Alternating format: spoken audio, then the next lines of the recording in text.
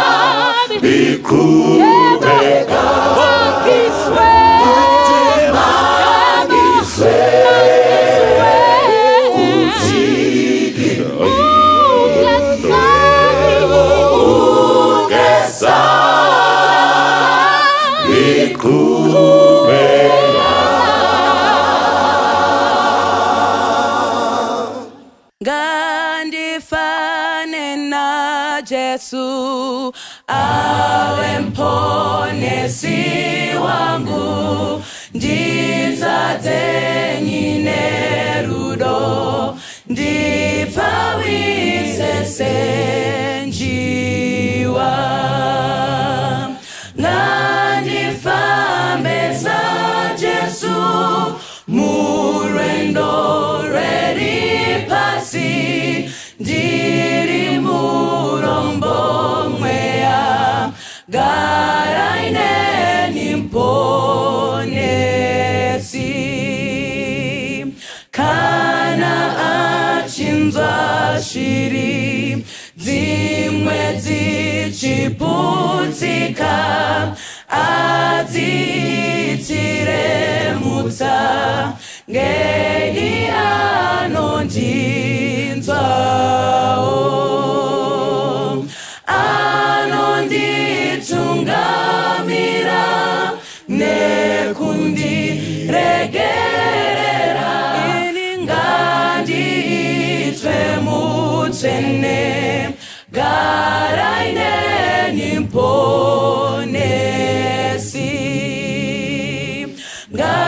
ngandifane na Yesu mukurarama kwangu ndizorore kunemwi panzvimbo inyerere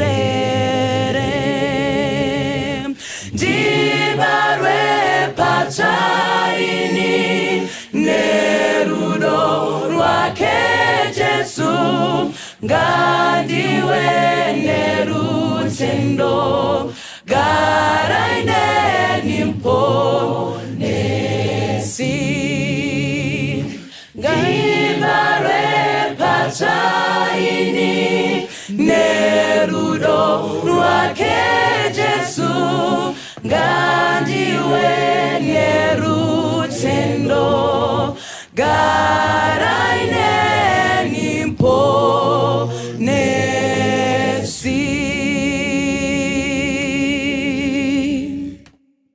Ndoda kukukwazisai vana vaMwari mukati mezuva ranhasi ratapiwa mukana naMwari tichiri vapenyu, watimutsa mukati menyika inofiwa nekugwariwa zvakadai.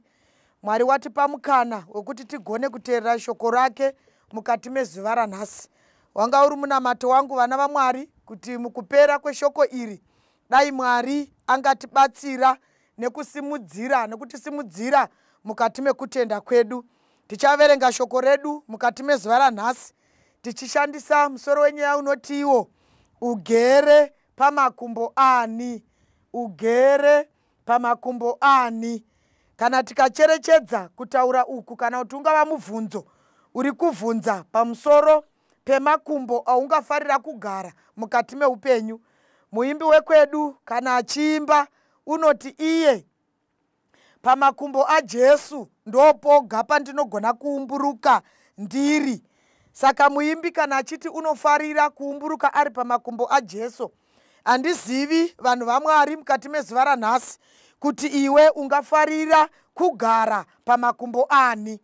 Kana wafunga kuti wakuda kugara pamakumbo, ungafarira kugara pamakumbo ani.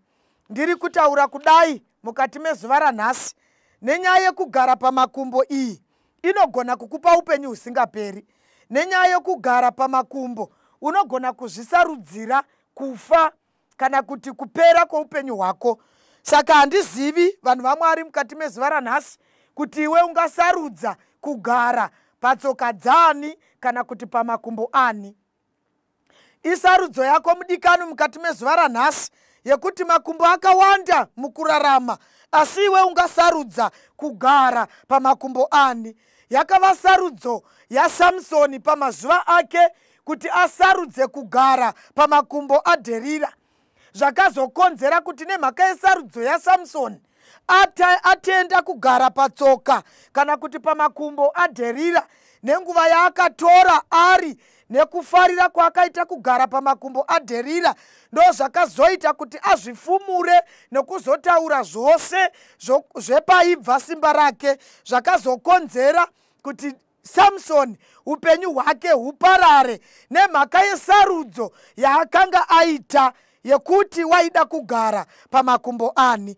Tichaverenga vhesi redu kubva kuna Luke chapter 8 pavhesi ya26. Panoti zvino vakasvika kunyika yavaGerasa vakatarisana neGarireya.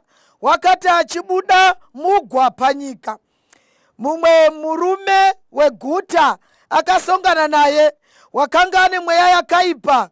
Nguva huru wakanga asina kupfeka nguo, asingagari mumba asi mumarinda. Kana tikaramba tichiverenga nyaya yedu tichidzika, tinosangana nemurume wainzi Regioni. Bhaibheri rinojekesa kuti murume uyu kweupenyu hwake hwose wakanga ari murume wakanga ane simba yaikonzegwa nemweya yakaipa. Bhaibheri rinoti upenyu hwaRegioni wakanga asingakwanisi kugara mukati medzimba kana kugara nevanhu. Bhaibheri rinoti waiva murume wakanga ane mweya yesvina achigara kumarinda. Bhaibheri rinojekesa kuti hapana waikwanisa kumubata kana kukwanisa kumusunga, waigara akasungwa nemacheni upenyu hwake hwese. Asi kana tikaverenga Bhaibheri tichidzika, zvinonzi nerimweni zuva paakasangana naJesu mukati meupenyu hwake, Jesu ndiye woga wakagona kupedza kudzinga mweya yesvina mukati meupenyu hwaRegioni. Pavhesi randinofarira, pavhesi ya35, panoti ipo vakabuda kundoona zvakanga zvaitwa, vakasvika kuna Jesu, vakawana munhu makanga mabuda mweya yesvina. mweya yakaipa maari agere patsoka dzaJesu, apfeka, ava munhu kwaye. Vanhu vakazviona vakatya. Ndiri kuti panguva dzino mukuteerera kwatakaita shoko, ringava sarudzo yako munhu waMwari kuti iwe ungasarudza kugara pashoka dzani.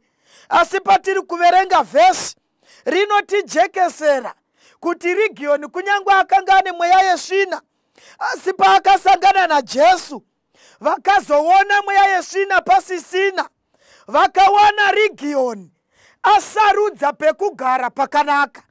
Bhaibheri rinojekesa kuti vakanga vachimuziva ane mweya yesvina, vakazomuona vatevera mabasa makuru akanga aitwa naJesu mukati muupenyu hwaRegion. Vhesi inoti vakati vachisvika pana Jesu, vakawana Region agere patsoka dzaJesu. Ndiri kuti hama dzinodikanwa mukati meupenyu hwedu, isarudzo yomunhu kutsvaka choka dzokugara.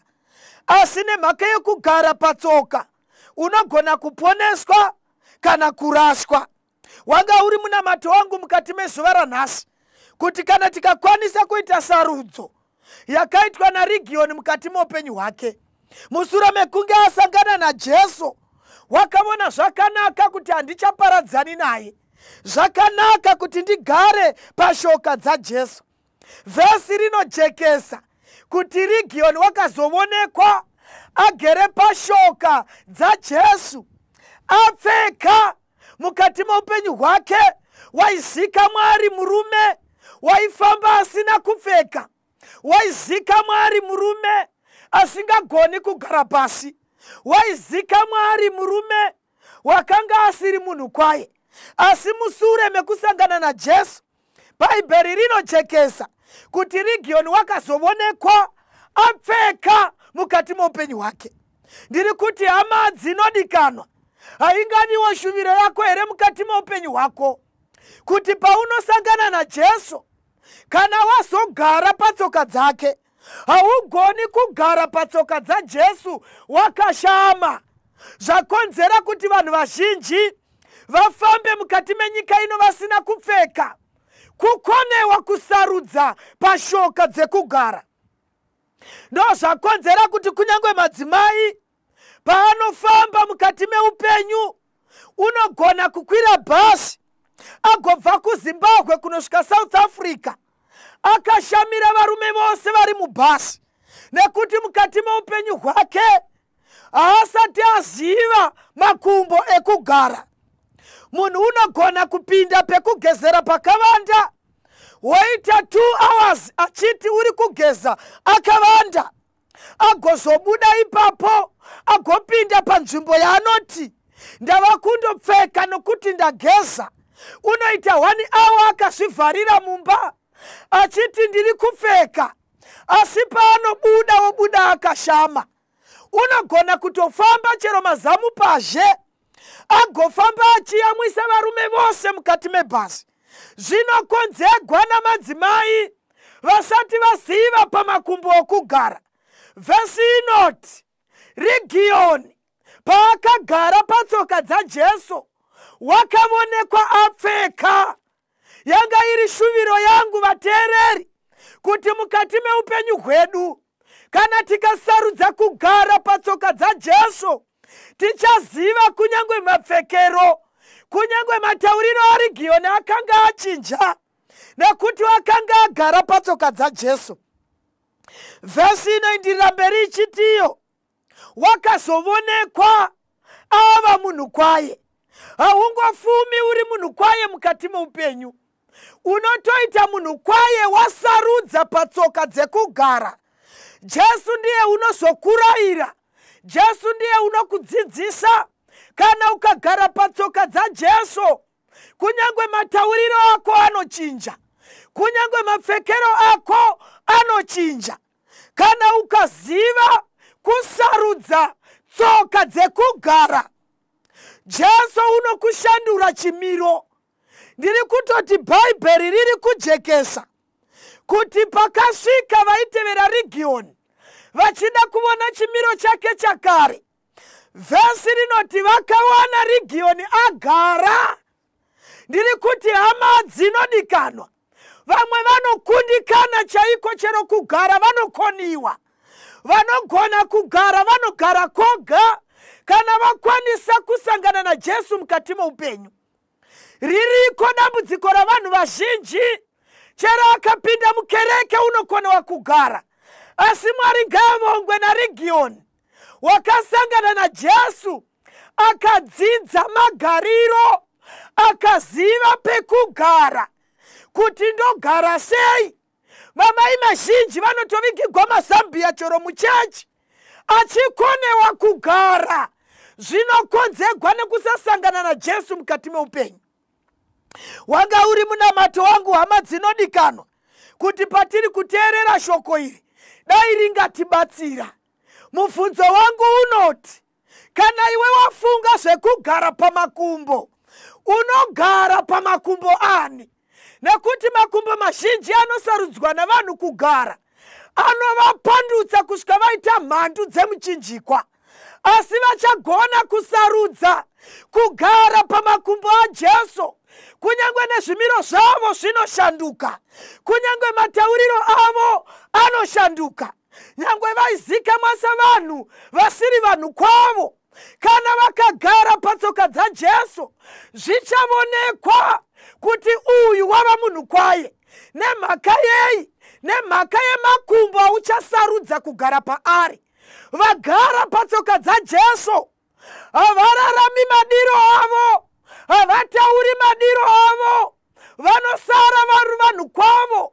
Chero nyaya dzavo hadzinenge dzine hanya neruponeso kwavanhu.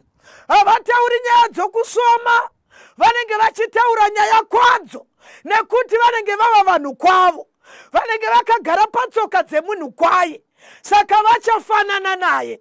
Iwe unosarudza kugara pamakumbo ani? Iwe unosarudza kugara patsoka dzani? Pana Luke chapter 10 pavhesi ya 38 ndiri kutaura kudai, hama dzinodikanwa, iwe ugere pamakumbo ani? Hazvinei uri kufamba, hazvinei unenge uvete, kana kuti uri mubhazi, kana kuti uri kubasa. Mumwe nemumwe mukati muupenyu hwake uri kutorarama agere pamakumbo eumwe munhu. Zvinovonekwa sei? Zvinovonekwa nezviito zvaunenge uchiita, ndo zvinosarudza kuti kamuraramiro aka uyu ugere patsoka dzani, kamuraramiro aka uyu ugere pamakumbo ani. Saka ngauve mubvunzo kwauri munhu waMwari, kuti iwe kana uchirarama ugone kuzvipindura. Kana wafunga kugara patsoka, unogara patsoka dzani? Samsoni wakasarudza makumbo aDherira, yakava sarudzo yaSamsoni nemhaka yepaakafarira kugara. Samsoni wakazofa asina maziso nemhaka yesarudzo yemakumbo aDherira akada kugara. Iwe unofarira makumbo ani? Chapter 10 dzaLuke pavhesi 38 panoti, zvino vakati vachifamba, akapinda mune mumwe musha. Mumwe mukadzi wainzi Martha akamugamuchira mumba make. Iye wakanga ane munun'una wainzi Maria, wakagaramo pamakumbo aJesu, akanzwa shoko rake. Asi Martha wakanga achizvitambudza nokushanda zvikuru. Akauya kwaari akati, Ishe, hamuna hanya muchiwana munun'una wangu achindirega ndichishanda ndoga here? Mubudzei andibatsire. Verse 41, Ishe akapindura akati kwaari, Martha, Martha, unofunganya nokuzvitambudza nezvinhu zvizhinji, asi chinhu chimwe chinodikanwa. Nekuti Maria wasanangura mugove wakanaka waasingazotoregwi. Ndiri kuti hama dzinodikanwa, tiri kushongana naJesu achisvika kumba kwana Martha. Bhaibheri rinojekesa pachena kuti Martha nemunun'una wake Maria vagere pamba setsika yaJesu pamazuva ake aiti akatenderera mukufamba nebasa waindozorora asvika pamba pana Martha. Verse 38 inoti wakati apedza kufamba ndokubva atsaukira mumusha mana Martha. Bhaibheri rinoti Maria paakaona Jesu achipinda pamba wakangomirira koga kuti Jesu agare pasi. Vhesi inoti Jesu achigara pasi, Maria kubva nguva yakasvika Jesu pamba haana kuzokwanisa kuramba wofamba. Vhesi inoti wakagara pamakumbo aJesu. Kana tikacherechedza vhesi yotiyo, Maria agara patsoka dzaJesu. Martha haana kuita hanya nekugara, haana kuita hanya naJesu. Wakaramba achishingaira nebasa repamba risinei neruponeso gwake. Asi munun'una wake wakazviziva kuti wasvika pano ndiye muponesi. Kana Jesu asvika pano, handina kodzero yokuramba ndichishingaira nazvisingaponesi. Vhesi inoti Maria wakasarudza makumbo ekugara. Nguva yose agere pana Martha, chero bhudhi vake Lazaro varipo, hatisangani napo panoti Maria pane zuva raakagara pamakumbo aMartha. Hatisangani naMaria achigara pamakumbo abhudhi vake Lazaro. Tinozoshongana naMaria Jesu asvika pamba wasarudza makumbo ekugara. Vhesi roti Maria wakagaravo patsoka dzaJesu. Nguva Jesu agere, Maria akagara pamakumbo vachikurukura nyaya dzeruponeso. Jesu kana akasvika pamba akawana Maria asingagoni kupfeka zvakanaka, wakava mukana waMaria kudzidziswa naJesu mapfekero. Vachitaurirana, Maria akagara pamakumbo aJesu. Kana Maria akanga asingazivi ane kutaura kusina hanya, yakava mukana wakanaka kuna Maria kutsiugwa naJesu achipuwa muraramiro wakanaka. Maria akawana dzidziso zhinji apo sisi vake vaingoshingaira nezvenyika. Maria akazviziva, handingapedzi nguva yangu ndichibika chimoto kuti Jesu adye, nekuti Jesu zvaasvika pano ndicho chingwa cheupenyu. Maria akatora nguva yake agere patsoka. Zvakawanikwa naMaria Martha haana kuzviwana, nekuti Maria wakaziva pamakumbo ekugara. Jesu dzidziso yose yakanaka, nekurayira kwose kwakanaka, nekukura pakutenda, nenguva dzokunamata, Maria wakadziwana panguva yaakagara patsoka dzaJesu. Vhesi yoti Maria achipedza nguva agere patsoka dzaJesu, sisi vake vakanga vachishingaira kubata icho nechocho zvisingaponesi. Vhesi yoti pazasi, nguva yareba, Maria achiumburuka pamakumbo aJesu, Jesu achifara nenguva yakava nayo naMaria. Vhesi inojekesa pachena yoti Martha wakauya kuna Jesu ndokumutarira nechiso chakagumbuka. Akati, muri Jesu werudzii? Chinguri chagara munun'una wangu pamakumbo enyu, ini ndichitambura ndogane basa. Muri Mwari pakudii? Usina hanya, masvika pano kare, ini ndikabika ndikapedza, ndikatsvaira ndikapedza, ndakoropa ndikapedza, iye zvino ndawacha hembe dzikaoma, ndava kuto aina, asi munun'una wangu wakangogara pashoka dzenyu. Imwi kana muchireva shuwa kuti muri Mwari, tsiurai munun'una wangu abve pashoka dzenyu abuya andibatsire basa. Vhesi inojekesa. Jesu wapindura Martha. Unomutarira. Unoti Martha. Martha. Munun'una wako Maria uyu. Wasarudza chinhu chaasingatorerwi. Izvi zvaitwa nomunun'una wako izvi ndo zvoga zvinofanira kusarudzwa navanhu mukati meupenyu. Zvauri kushingaira nazvo zvose izvo Martha izvo zvinosara mukati meupenyu. Munun'una wako wasarudza chinhu chaasingagoni kutorerwa mukati meupenyu. Ndiri kuti hama dzinodikanwa mukati menyika ino, vamwe vari kunungwa vakafa vachishingaira kuunganidza fume yenyika ino. Vamwe vari kudhirikigwa nemigodhi kukorokosa vachizama kuunganidza mari inosara. Vamwe vachivaka dzimba pamusoro pedzimwe vachishingairira pazvinhu zvinosara. Vhesi yotiyo, Maria wasarudza chinhu chaasingatorerwi. Kana pane zvavo zvakanaka hama dzinodikanwa, kuva nepfuma hakuna kuipa, kuunganidza ufumi hakuna kuipa, asi vakaropafadzwa vachati kana vada mari voida vagere pamakumbo aJesu. Vanenge vafunga kuunganidza zvavanoda kuunganidza vaunganidze vagere pamakumbo aJesu.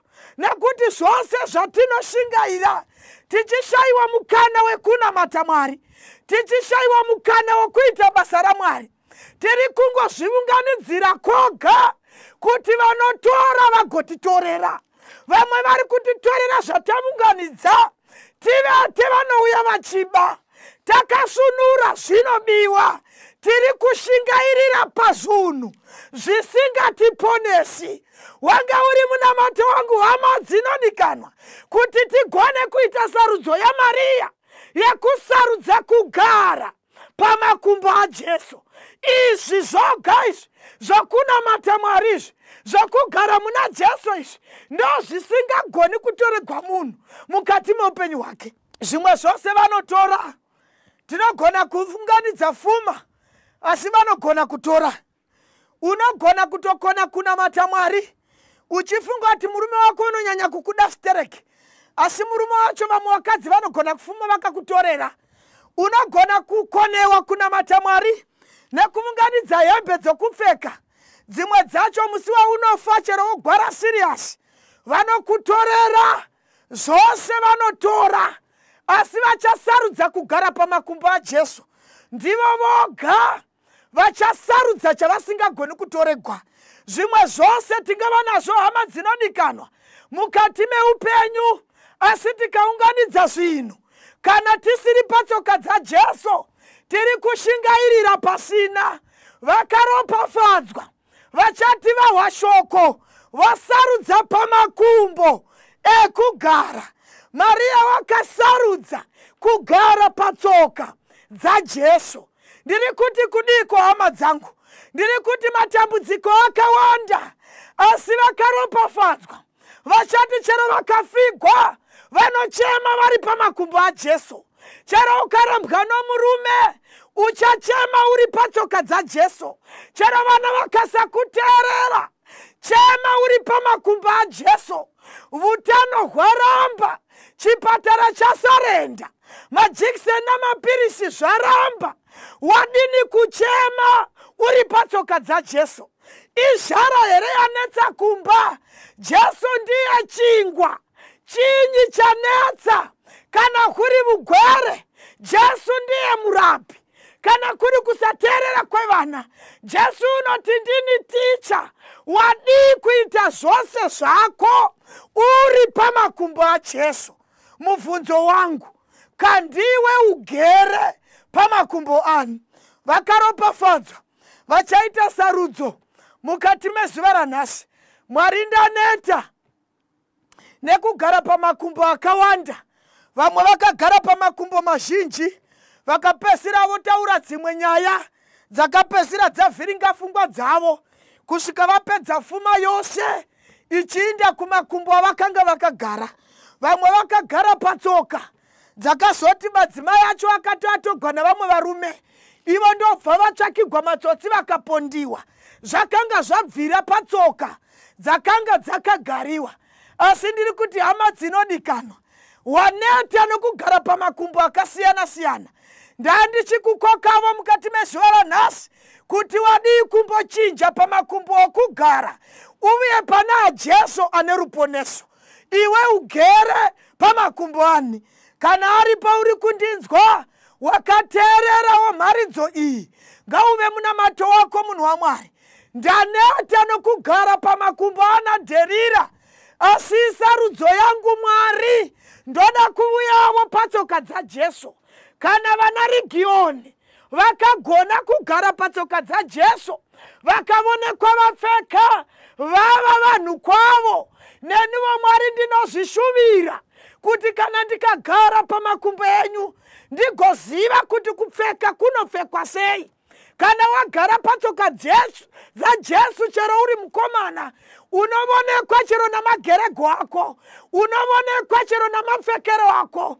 Hauzorembedzi tirauzi uchiriisa pasina chivuno, uchapfeka zvakanaka. Toona kuti iye zvino wava patsoka dzaJesu manje. Hauzofambi namabhurugwa 7 akarembera, kana wofamba wenge wakaisa mbudzi mutirauzi. Zvino vanogara pamakumbo aJesu voziva mapfekero, voziva magerego, voziva matauriro.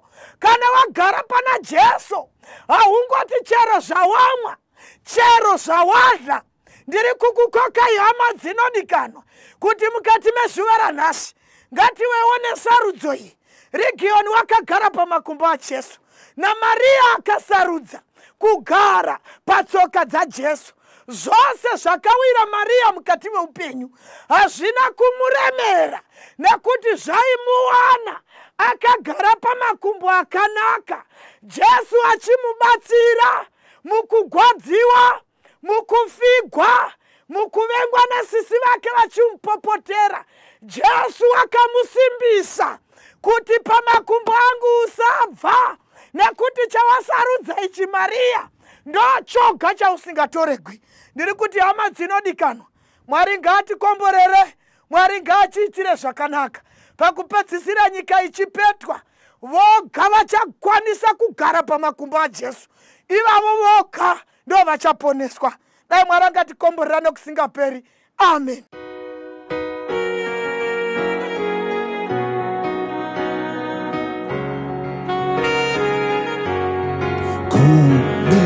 Nekupenya mukomo, nekupenya munyanza, nemaranzi anogara munzvimbo dzakanaka. Mukati memoyo wangu mazadzwa nekujeka, apo pana muponesi anojekesa kwese. Okupenya kwakanaka, kupenyera mumoyo. Jesu anobvise namo, anopenya mumoyo. Dosiya kusuwa kwangu senguwa dzodzekare, ndifukidze nekutenda, undipe nikutenda. Kumusha wembiri uyo makandikadzirira, moyo wangu unotenda, emweya unovuma. Okupenya kwakanaka, kupenyera mumoyo. Jesu anobvise namo, anopenya mumoyo. Monesi manditenga, dawa wenyu narini, ngayipute mwenje yese, iputire yetenzi.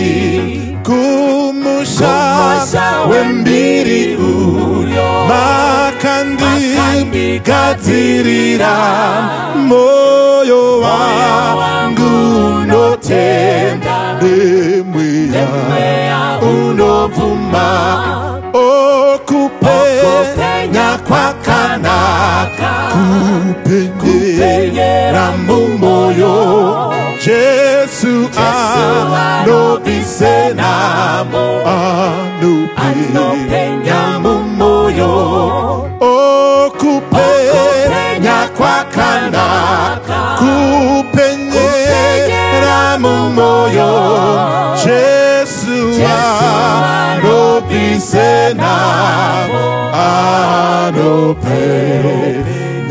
mumoyo